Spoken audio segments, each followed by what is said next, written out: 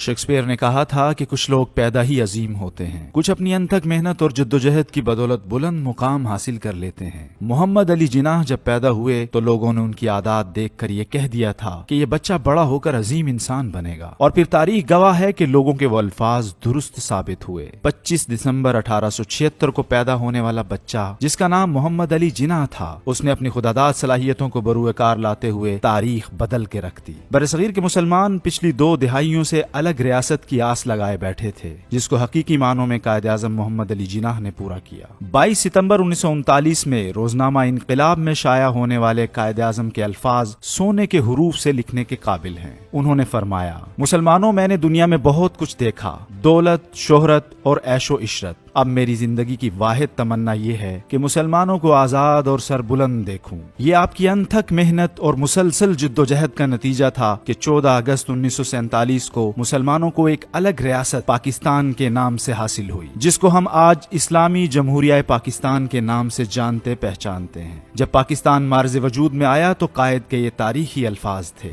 इस मुल्क पाकिस्तान में बसने वाले तमाम लोगों को बराबरी के हुकूक मुयस्सर होंगे, बिला तफरीक, मजहब, रंग और नस्ल के। कायद आज़म मोहम्मद अली जिनाह का जिक्र उनके हमअसर सियासतदानों और अजीम लीडरों ने बहुत शानदार अल्फाज में किया। मिस्टर गांधी ने कहा, मुझे मिस्टर जिनाह से कई बातों में सख्त इख्तिलाफ है, लेकिन मैं ये बात मानता हूँ कि वो बहुत मुखलिस इंसान हैं। मुसलमान अवाम सच्चे दिल से उन्हें अपना लीडर मानते हैं। मेरा दिल उनके खुलूस का पूरी तरह कायल है। भारत के पहले वजीर आजम और बहुत बड़े रहनुमा पंडित जवाहरलाल नेहरू ने कहा, मैंने मिस्टर जिनाह की अजमत और ताकत का अंदाजा लगाने में बहुत गलती की, यानी मुझे ये मानना चाहिए था कि वो बहुत अजीम इंसान हैं। पंडित जवाहरलाल नेहरू की बहन मिसिज विजय लक्ष्मी पंडित ने कहा, अगर मुस्लिम लीग में 100 गांधी और अबुल कलाम होते और कांग्रेस में सिर्फ एक जिनाह होता तो मुल्क कभी तकसीम ना होता। लोकमान्य गंगाधर तिलक हिंदुओं के एक बहुत बड़े लीडर थे। उन्होंने कायद आज़म के बारे में कहा, मिस्टर जिनाह के ख्यालात इस बात की गवाही देते हैं कि वो आगे चलकर एक बहुत बड़े रहनुमा बनेंगे। मैं ये बात पूरे यकीन के साथ कहता हूँ कि जिनाह उन लोगों में से हैं जो कौमों और मुल्कों की तकदीर बदल देते हैं। वो साफ दिल, सच्चे और इरादे के पक्के नौजवान हैं। अपने वतन के लिए उनके दिल में बेपनाह मोहब्बत है। हिंदुओं के एक बहुत बड़े लीडर राजगोपाल आचार्य कहते हैं, मिस्टर जिनाह एक बहुत ऊंची हैसियत के मालिक हैं। उन्हें